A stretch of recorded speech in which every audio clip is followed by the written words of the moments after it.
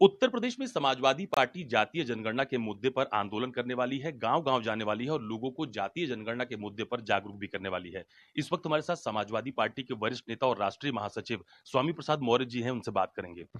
Sir, ये जातीय जनगणना के मुद्दे पर जो आप लोग आंदोलन करने की बात कह रहे हैं, इसकी क्या जरूरत पड़ गई अचानक? देखिए, इसकी आवश्यकता कई कारणों से है। सन 1931 तक जातीय जनगणना प्रचलन में था। अनुसूचित जात, अनुसूचित जनजाति की जातीय जनगणना आज भी हो रही है। मंडल आयोग की सिफारिशों के लागू होने के बाद पिछड़ों को भी भारतीय संविधान की प्रदत्त अनुच्छेदों के तहत आरक्षण का लाभ मिला और जातीय जनगणना न होने से सही ढंग से समानुपातिक हिस्सेदारी सुनिश्चित नहीं की जा पा रही है।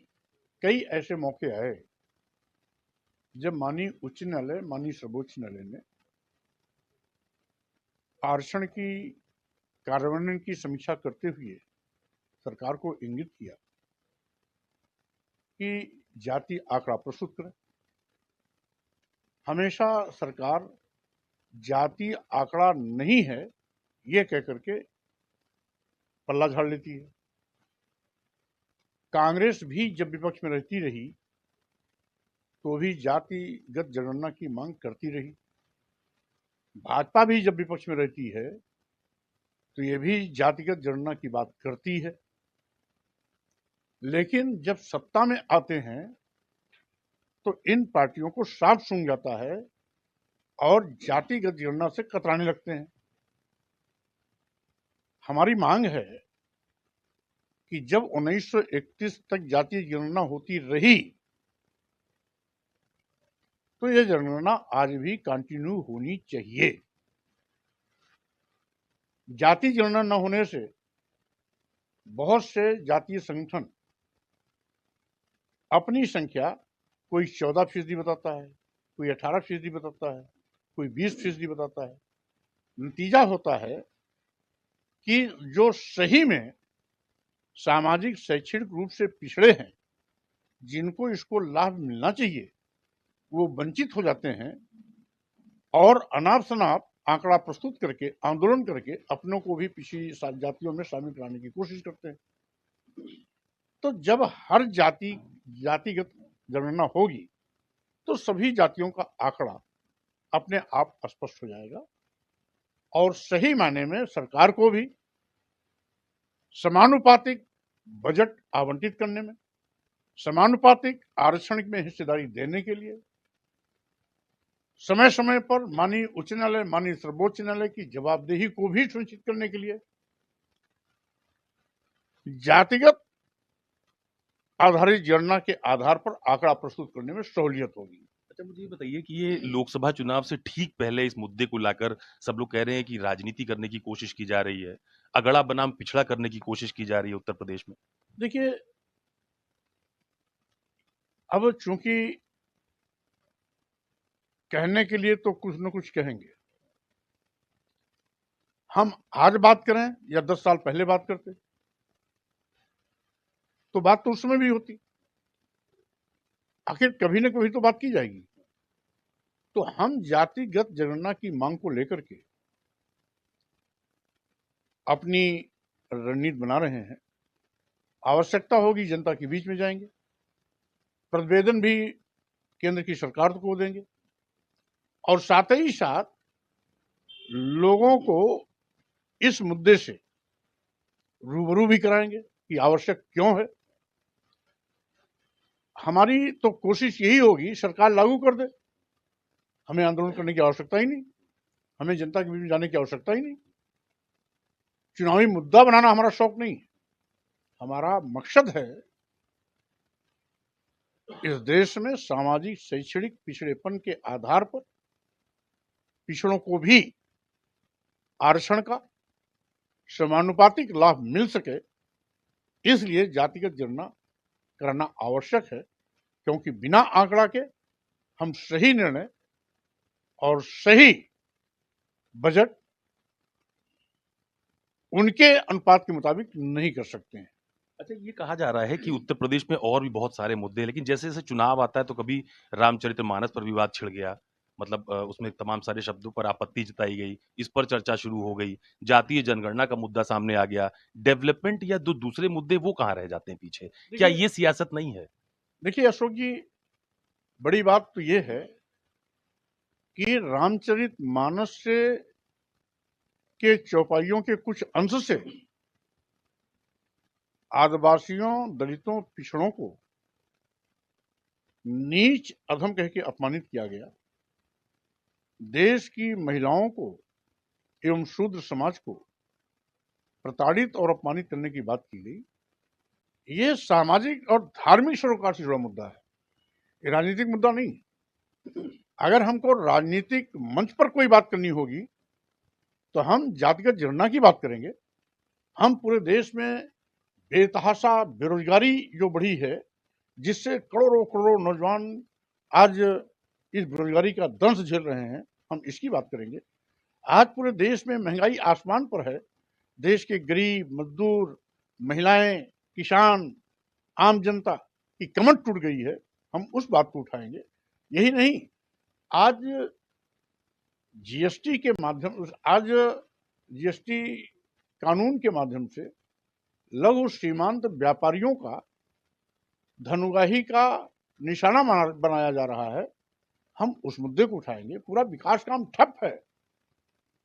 केवल हवाई तीर चलाने से विकास नहीं होता, विकास जमीन पर दिखाई देना चाहिए। हम विकास की बात करेंगे। और आज सरकारी संपत्तियों को, सरकारी विभागों को केंद्र की सरकार अपने चहेते उद्योगपतियों को कौड़ियों के भाव बेच रही है। देश के सभी बंदरगाह बेच दिया, एयर इंडिया बेच दिया और एयरपोर्ट बेच दिया, यहां तक कि सभी रेलवे स्टेशन बेच दिए, कई दर्जन ट्रेनें बेच दिया, एलआईसी जैसी बड़ी संस्था बेच दी, बैंक भी इन पर मेहरबान है, बैंक भी चला गया। तो इस तरीके से आज निजी क्षेत्रों का राष्ट्रीयकरण करने के बजाय राष्ट्रीयकृत संपत्तियों को निजी क्षेत्रों में दिया जा रहा है। हम मुद्दे उठाएंगे राजनीतिक मंच पर। ये तो सामाजिक सरोकार से जुड़े मुद्दे को राजनीति से नहीं जोड़ा जाना चाहिए, क्योंकि गाहे बेगाहे जब भी धार्मिक कोई कार्यक्रम होता है, धर्म के नाम पर सुंदरकांड का पाठ होता है, ये गाली रोज खानी पड़ती है इस तरह के देश की महिलाओं, आदिवासियों, दलितों और पिछड़ों को। तो ये धार्मिक सामाजिक सरोकार से जुड़ा मुद्दा है, जिसमें देश की महिलाएं, आदिवासी, दलित, पिछड़े रोज मरने की जिंदगी में उनको अपमानित होना पड़ता है, अपमान के कड़वे घूंट पीने पड़ते हैं। इसलिए ये मुद्दा शुद्ध रूप से इस देश के महिलाओं के सम्मान से जुड़ा है, आदिवासियों, दलितों, पिछड़ों के सम्मान से जुड़ा हुआ है। अपमान से मुक्ति दिलाना और सम्मान का रास्ता प्रशस्त करना इसका मकसद है। इसका मकसद राजनीति करना नहीं। अच्छा, अभी एक सवाल और है। लखनऊ में आज ग्लोबल इन्वेस्टर समिट का आयोजन किया गया, प्रधानमंत्री भी शामिल हुए, तमाम सारे उद्योगपति शामिल हुए। सरकार की तरफ से दावा किया जा रहा है कि कई लाख करोड़ रुपए का इन्वेस्टमेंट यूपी में होने जा रहा है। इस पूरे आयोजन को और इस दावे को कैसे देखते हैं? देखिए,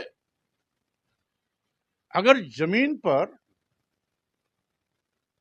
उद्योग दिखाई पड़ता है तो उसकी स्वीकारता आम जन में होती है।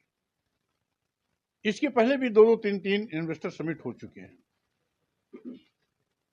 लेकिन जमीनी हकीकत के कोसों दूर उद्योग कहां लगे, अगर उद्योग लगे तो उनसे नौजवानों को एम्प्लॉयमेंट कितना मिला, इन्वेस्टर समिट का मतलब तब सार्थक होता है।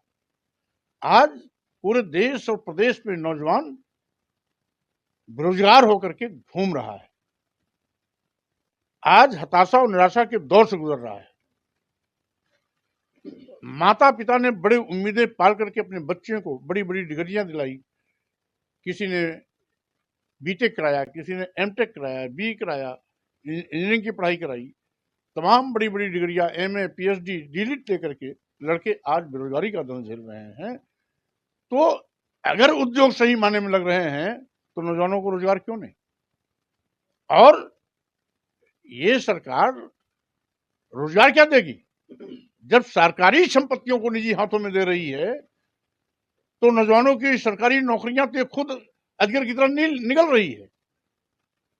तो अब बड़े बड़े उद्योगपतियों को जमीन दे देना कौड़ियों के भाव और इन्वेस्टमेंट के नाम पर उनको सारी सुविधा दे देना, लेकिन रिटर्न के रूप में न उद्योग दिखाई पड़ता है, न नौजवानों को रोजगार मिलना दिखाई पड़ता है। इसलिए इसका कोई माने नहीं होता। तो ये जो सरकार दावा कर रही है कि इतने लाख करोड़ का निवेश आ गया, अभी प्रधानमंत्री जी ने कहा कि उत्तर प्रदेश में अपार संभावनाएं हैं, यूपी बदल गया। नहीं, संभावनाएं तो हैं, लेकिन 3 बार पहले भी इन्वेस्टर समिट हो चुका है। तो उस इन्वेस्टर समिट के जो इन्वेस्टर्स आए थे उनके उद्योग कहां लगे हैं? उन उद्योगों में कितने नौजवानों को नौकरियां मिली हैं? सरकार इसको क्यों नहीं बताती है? हम केवल इन्वेस्टर समिट बना करके झूठी वाहवाही लूटे, अपनी पीठ थपथपाएं, मायने इसका नहीं है। मायने सही मायने में अगर जमीनी हकीकत के रूप में उद्योग दिखाई पड़ेगा तो हम भी उसका स्वागत करेंगे, लेकिन कहीं भी व्यवहारिक रूप में न उद्योग लगता दिखाई पड़ रहा है, न नौजवानों को रोजगार मिलता दिखाई पड़ रहा है। इसलिए इस दिखावे छलावे का मतलब कुछ नहीं है, केवल नौजवानों की आंख में धूल झोंकना, प्रदेश की जनता की आंख में धूल झोंकना के सिवाय इसका कोई और विशेष मतलब नहीं। बहुत धन्यवाद हमसे बात करने के लिए। ये समाजवादी पार्टी के राष्ट्रीय महासचिव स्वामी प्रसाद मौर्य हैं, जिनका साफ तौर पर ये कहना है कि उत्तर प्रदेश में जातीय जनगणना के मुद्दे पर समाजवादी पार्टी इस आंदोलन को आगे बढ़ाएगी, गांव-गांव जाएगी, लोगों को इसके मायने समझाएगी। लेकिन अगर सरकार उनकी इस मांग को मान भी लेती है तो शायद इस आंदोलन को करने की आवश्यकता भी। नमस्कार, मैं हूं मानक गुप्ता। अगर आपको हमारा ये वीडियो पसंद आया हो तो इसे लाइक और शेयर जरूर करें, और हाँ, हमें सब्सक्राइब और फॉलो करना ना भूलें ताकि आप देश और दुनिया की कोई खबर मिस ना करें। तो जुड़े रहिए हमारे साथ और देखते रहिए न्यूज़ 24।